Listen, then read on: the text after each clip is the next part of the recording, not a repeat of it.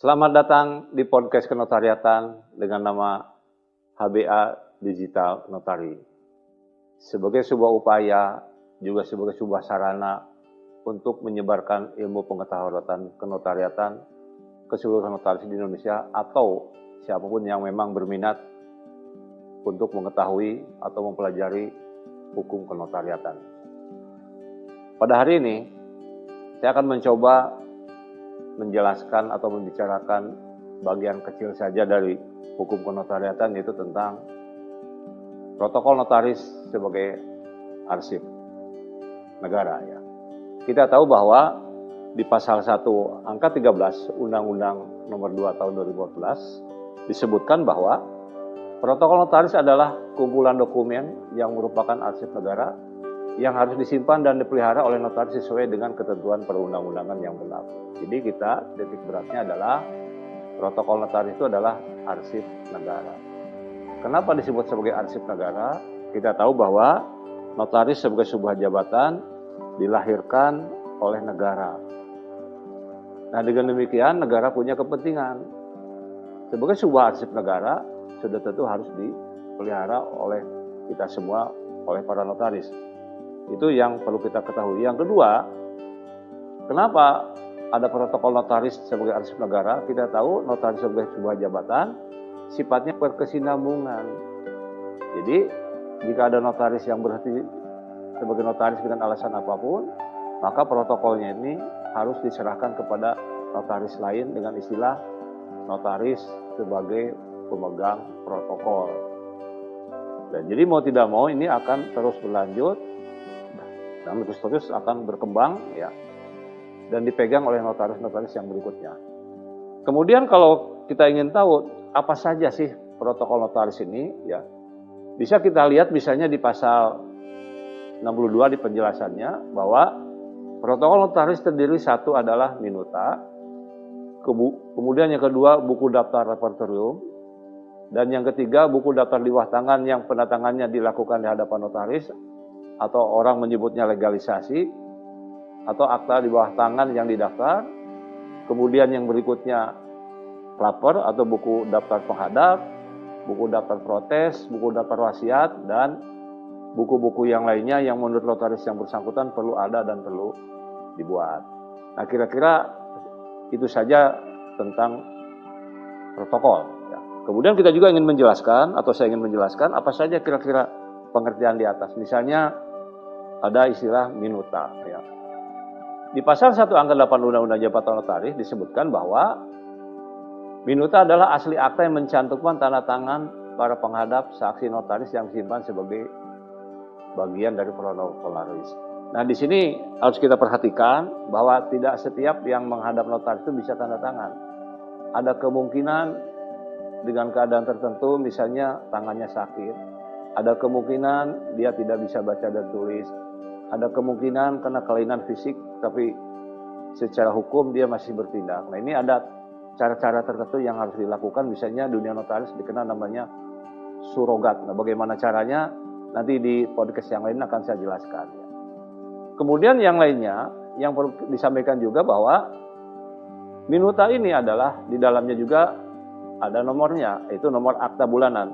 Jadi notaris ini, tiap tanggal 1 bulan yang bersangkutan, nomornya selalu kembali kepada nomor 1. Nah, dan itu akan terus berlanjut seperti itu. Nah, kemudian setiap minuta yang sudah dibuat, maka akan dimasukkan ke dalam buku namanya buku daftar akta atau repertorium. Jadi repertorium ini adalah buku daftar akta yang mencatat semua akta yang pernah dibuat oleh notaris yang bersangkutan sepanjang selama yang menjalankan tugas jabatan sebagai notaris. Jadi di buku repertorium ini antara lain ada nomor urut repertorium yang akan berlanjut selama yang bersangkutan menjadi notaris. Kemudian yang lainnya adalah buku daftar akta di bawah tangan yang penandatangannya dilakukan di hadapan notaris. Orang menyebutnya istilahnya legalisasi. Kemudian juga ada buku daftar akta yang suratnya surat di bawah tangan yang dibuat atau dibukukan saja, yang pembuatannya tidak dilakukan di hadapan notaris, atau orang menyebutnya war making. Nah, ini baik legalisasi atau war making mempunyai nomor sendiri-sendiri dan juga buku daftar aktanya masing-masing. Hanya di sini perlu kita ketahui bahwa selalu menjadi pertanyaan, apakah jika ada orang datang ingin melegalisasi sebuah surat di hadapan notaris, ataupun telah membawa surat di bawah tangan ingin di war making, apakah notaris punya kewajiban untuk membaca dan melihatnya? Kalau saya punya pendapat, tetap untuk dilihat dan dibaca. Kenapa? Siapa tahu isinya itu bertentangan dengan hukum-hukum yang lain. Nah, notaris harus bisa menjelaskan kepada yang bersangkutan, yang harus kita ketahui. Kemudian yang berikutnya, ada yang disebut namanya klaper. Klaper ini adalah buku nama-nama penghadap yang dituliskan dimulai dari atau sesuai dengan alfabetis. Jadi notaris harus punya buku daftar akta sepanjang alfabet yang kita ketahui. Ya. Nah, ini penting juga. Untuk apa? Agar tiap orang yang datang ingin meminta salinan, maka cukup dengan menyebutkan namanya, misalnya dari huruf A, B, atau C, maka akan ketahuan siapa yang menghadapi dari buku-buku yang ada.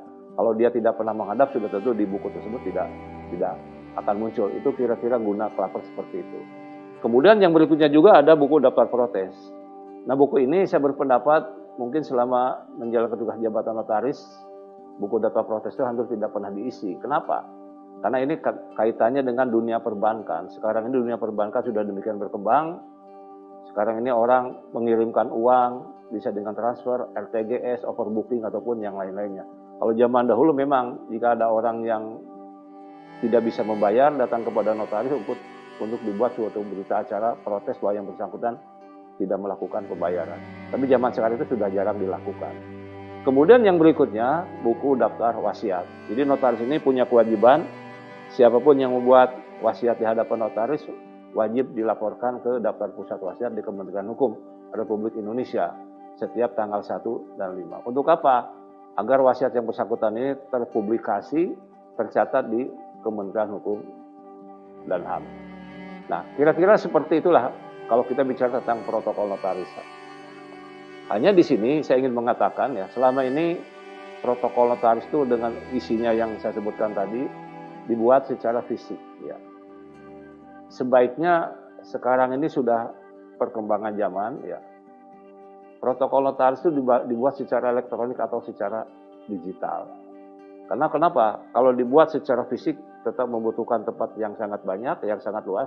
Tapi dengan digital misalnya dalam bentuk microchip hanya memerlukan atau tidak memerlukan ruang yang sangat banyak, tapi cukup satu benda saja yang menyimpan ribuan akta di dalamnya.